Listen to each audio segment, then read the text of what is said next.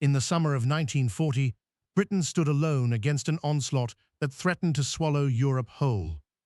The Battle of Britain raged over the skies of southern England, a desperate contest for air superiority that would decide whether the island could continue its fight.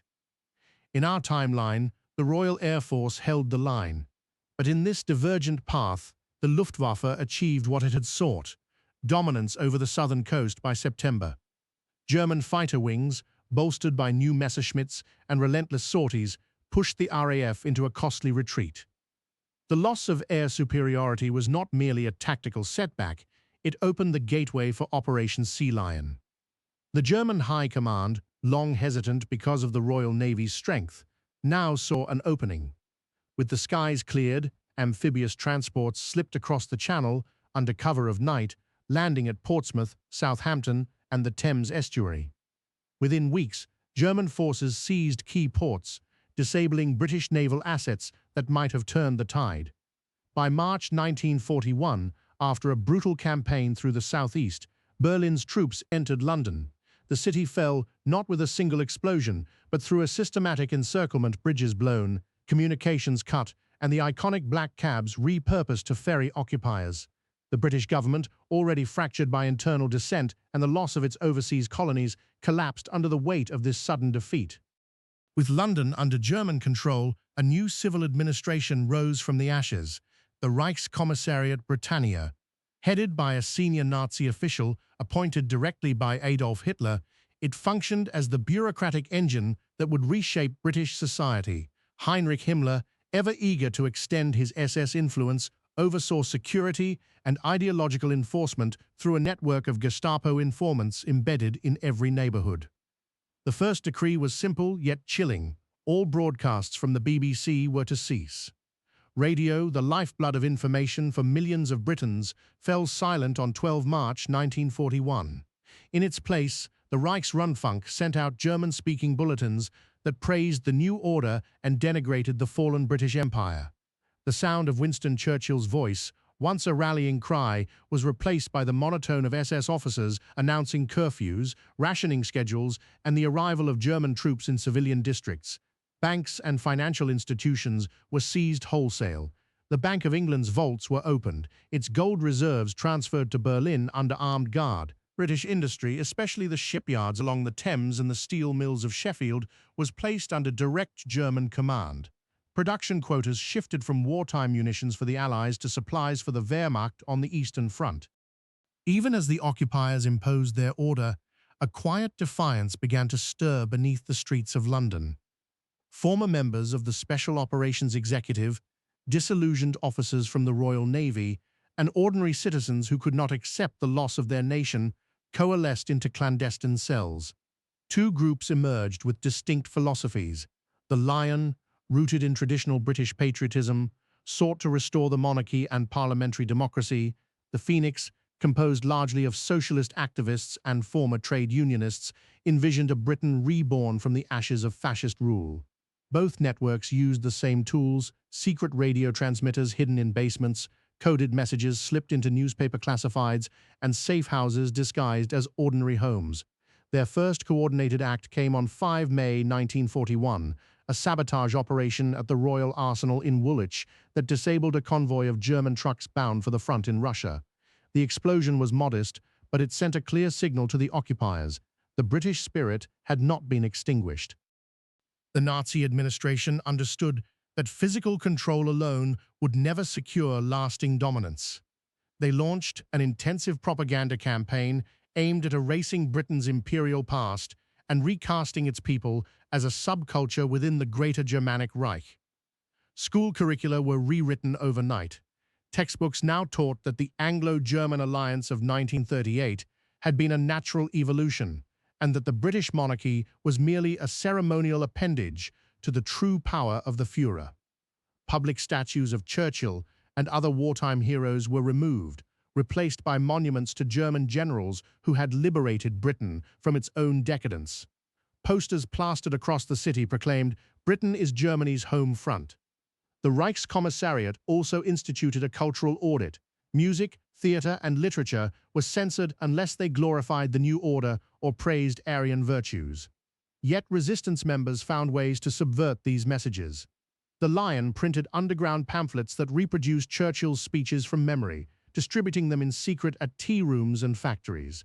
The Phoenix organized clandestine performances of banned plays, Shakespeare's Macbeth reinterpreted as a cautionary tale about tyrannical ambition. Each act of cultural defiance reinforced the idea that Britain's identity could not be overwritten by foreign decrees.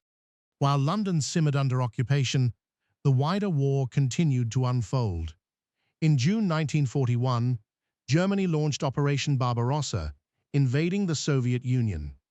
British industry, now under German command, was redirected to fuel this eastern campaign. Factories in Manchester that once produced aircraft for the RAF were refitted to turn out panzer parts and ammunition for the Wehrmacht. The impact on the occupied homeland was immediate. Ration cards grew scarcer as food supplies were diverted to feed troops fighting across the vast Russian steppes. The Gestapo intensified its surveillance, fearing that any unrest in Britain might embolden Soviet partisans.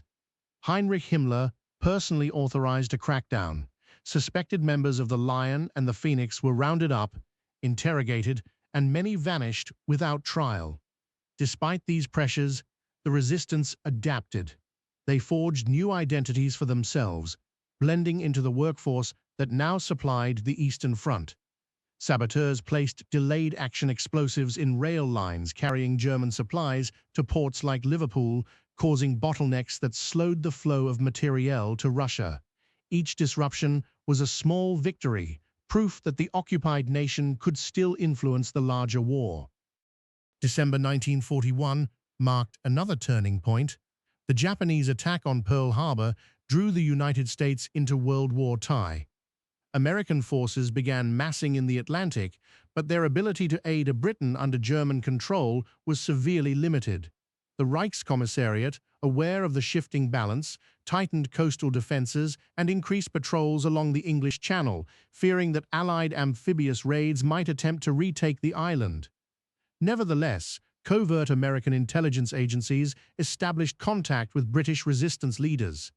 Through encrypted radio channels, they supplied the Lion with miniature explosives and forged documents, while the Phoenix received financial support for underground newspapers. These lifelines were fragile.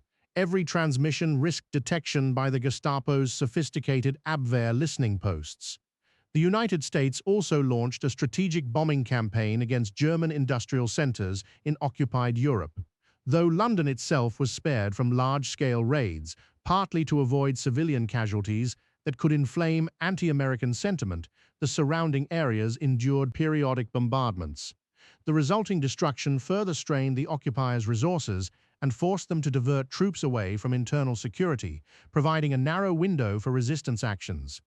By 1943, the German grip on Britain showed signs of wear. Economic exploitation had drained local supplies. The constant propaganda could not fully silence a populace that remembered freedom. Rumors spread through taverns and factories about Allied victories in North Africa, and the Italian campaign news smuggled in via clandestine radio broadcasts from the BBC's exile in Cairo, rebroadcast by the Phoenix's hidden transmitters. The Reichskommissariat responded with harsher measures. Curfews were extended, public executions staged as warnings, and the Gestapo intensified its network of informants. Yet each act of terror only deepened resentment. In August 1943, a coordinated sabotage across three major ports, Southampton, Bristol, and Liverpool, crippled German supply ships for weeks. The operation, planned jointly by the Lion's military veterans and the Phoenix's urban activists, demonstrated that the resistance could strike at the heart of the occupiers' logistics. The Germans, already stretched thin by their commitments on the Eastern Front and now facing increasing Allied pressure in the West, began to contemplate a strategic withdrawal from peripheral territories. Within Berlin, debates raged about whether maintaining an occupied Britain was worth the cost. Some argued that holding London served as a propaganda triumph. Others warned that the drain on manpower could jeopardize Germany's primary objectives against the Soviet Union. The story of a conquered Britain is not merely one of oppression, but also of resilience. The occupation forced the nation to confront what it meant to be British when its symbols were torn down and its streets filled with foreign soldiers. Through radio whispers, underground pamphlets, and acts of sabotage, ordinary citizens kept alive a sense of identity that no decree could erase. In the shadows of St. Paul's Cathedral, where once the bells rang for triumph, now they toll in memory of a people who refused to be rewritten. The lion and the phoenix may have been disparate in ideology, but together they forged a shared purpose: to ensure that when the tide turned, whether by Allied invasion or internal collapse, the spirit of Britain would emerge intact. History teaches us that even the most thorough attempts at domination leave fissures. Occupation can seize land, banks, and broadcast towers, but it cannot wholly own the minds of those who have known freedom. As we look back on this divergent path, we are reminded that the true battle is often fought not on front lines, but within the hearts of a nation determined to survive its darkest hour.